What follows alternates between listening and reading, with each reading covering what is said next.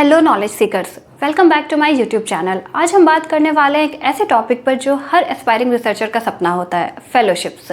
और 2024 UGC NET का result भी डिक्लेयर हो चुका है। So many congratulations to those who have qualified their JRF.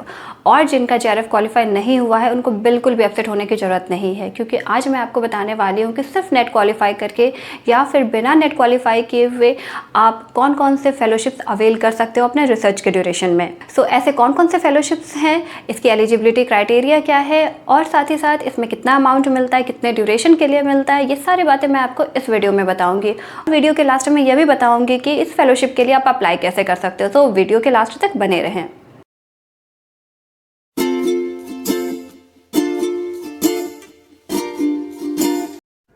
Jawaharlal Nehru memorial fund scholarship. इस फेलोशिप की सबसे खास बात यह है कि इसे इंडियन स्टूडेंट्स तो अप्लाई कर ही सकते हैं, इसके साथ ही साथ अदर एशियन कंट्रीज़ के स्टूडेंट्स भी इसके लिए अप्लाई कर सकते हैं। अगर आपका research area Indian history and civilisation या सोशियोलॉजी या इकोनॉमिक्स या comparative studies in religion and culture या इकोलॉजी एंड इन्वायरमेंट में है तो डेफिनेटली आप इस स्कॉलरशिप के लिए अवेल कर सकते हैं। इसकी जो एलिजिबिलिटी क्राइटेरिया है उसके लिए सबसे इम्पॉर्टेंट चीज़ ये है कि आपको पोस्ट ग्रेजुएशन में 60% से अधिक मार्क्स लाने होंगे। और दूसरी चीज़ ये है कि आपको पीएचडी के लिए इनरोल होना पड़ेगा। आपको पीएचडी के लिए सिर्फ अप्लाई करके ये फेलोशिप आपको नहीं मिलने वाली है। इसके लिए आपको किसी रिकॉग्नाइज्ड यूनिवर्सिटी से पीएचडी में रजिस्टर्ड होना पड़ेगा। और साथ ही साथ एक और कंडीशन ये है कि इसके लिए आप फुल टाइम पीएचडी स्कॉलर होंगे। पार्ट टाइम अगर आप पीएचडी कर रहे हो तो आपको ये फेलोशिप नहीं मिलने वाली है। इस फेलोशिप का जो अमाउंट है वो है 18,000 रुपीज़ पर मंथ, जो कि आपकी ट्यूशन फीस से रिलेटेड मिलेगा। और इसके साथ ही साथ 15,000 रुपीज़ जो है आपको कंटिजेंसी के रूप में मिलेगी, जो कि अगर आपको टूर करना है ऑल ओवर इंडिया के लिए या फिर बुक्स स्टेशनरीज वगैरह परचेज करने हैं तो उसके लिए कंटिजेंसी में 15,000 रुपीज़ मिलने वाले हैं। इसका जो ड्यूरेशन है वो 2 ईयर्स तक के लिए है। इस फेलोशिप की नोटिफिकेशन जो है वो हर साल जून मंथ में आती है और 31 अगस्त से पहले आपको ये फॉर्म फिल कर देना होगा। अगर आपका रिसर्च एरिया हिस्ट्री या इससे रिलेटेड है तो Indian council of historical research आपको 17,600 रुपीज़ की मंथली स्कॉलरशिप देती है।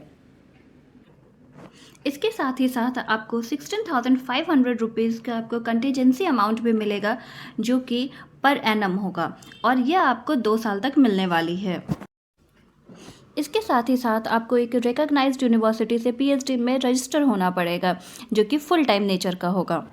Ministry of minority affairs minority students के लिए मौलाना आज़ाद नेशनल फेलोशिप प्रोवाइड करती है। माइनॉरिटी कम्युनिटी जैसे कि मुस्लिम, सिख, पारसी, बुद्धिस्ट और क्रिश्चियनिटी के लिए यह फेलोशिप अवेलेबल है। अगर इस कम्युनिटी के स्टूडेंट्स हायर स्टडीज़ परस्यू करना चाहते हैं, जैसे कि एमफिल या PhD science, humanities, social science या फिर इंजीनियरिंग एंड टेक्नोलॉजी में, तो उनके लिए ये फेलोशिप अवेलेबल है। माइनॉरिटी कम्युनिटीज़ के स्टूडेंट्स जो एमफिल या पीएचडी करना चाहते हैं उनको यह फेलोशिप 5 साल तक के लिए मिलती है। और वैसे कैंडिडेट्स जो इस फेलोशिप को अवेल कर रहे हैं वो इसके साथ साथ किसी दूसरे स्टेट या सेंट्रल गवर्नमेंट की कोई और फेलोशिप को अवेल नहीं कर सकते हैं। जो कैंडिडेट्स अपने पोस्ट ग्रेजुएशन में 50% या उससे अधिक मार्क्स सिक्योर करते हैं वो ही कैंडिडेट इस फेलोशिप के लिए अप्लाई कर सकते हैं। माइनॉरिटी स्टूडेंट्स की फैमिली इनकम 4.5 लाख से अधिक नहीं होनी चाहिए और एक फैमिली के 2 स्टूडेंट से ज़्यादा कैंडिडेट्स इस फेलोशिप के लिए अप्लाई नहीं कर सकते हैं। अब बात करते हैं कि इस फेलोशिप में कितने अमाउंट मिलते हैं। तो पहले 2 साल के लिए जेआरएफ का अमाउंट मिलता है, जो कि 16,000 रुपीज़ होगा। इसके बाद रिमेनिंग 3 ईयर्स के लिए एसआरएफ का अमाउंट मिलेगा, जो कि 18,000 होगा। और ये भी जो है हर एक फैकल्टी टू फैकल्टी ये डिफ़र करती है।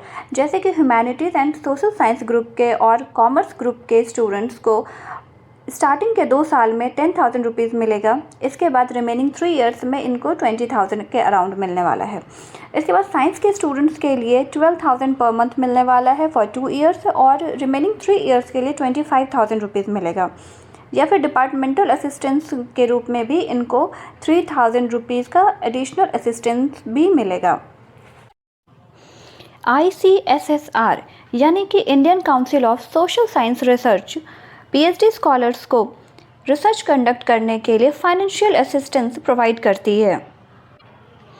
इसका एरिया ऑफ स्पेशलाइजेशन है इकोनॉमिक्स या development studies, management, commerce, sociology, social anthropology, cultural studies, Sanskrit studies, socio philosophical studies, socio linguistics, gender studies, health studies, political science, international relations, public administration, diaspora studies, national security and strategic studies, education and skilling, social psychology, legal studies, social and human geography, environmental studies, modern social history, media studies, library science, language studies, Indian knowledge systems, rural studies और दिव्यांगजन students के लिए ICSSR fellowships provide करती है। इस scholarship को apply करने के लिए कैंडिडेट्स को पोस्ट ग्रेजुएशन में 55% मार्क्स सिक्योर करने होंगे। इसके साथ ही साथ कैंडिडेट का अपर एज लिमिट जो है वो 40 इयर्स का होगा, इससे ज़्यादा नहीं हो सकता है।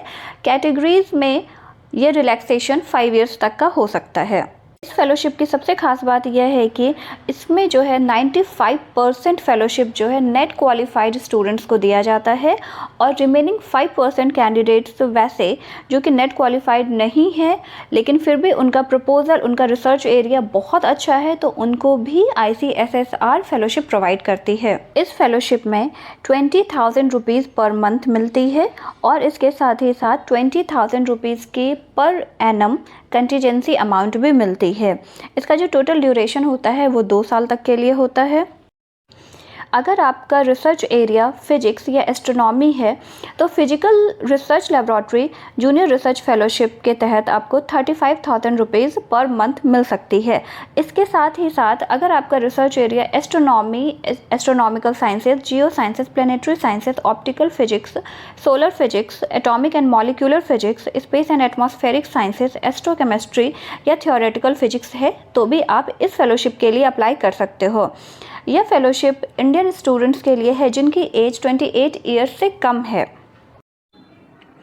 अब बात आती है कि इन फेलोशिप्स के लिए आप अप्लाई कैसे कर सकते हो।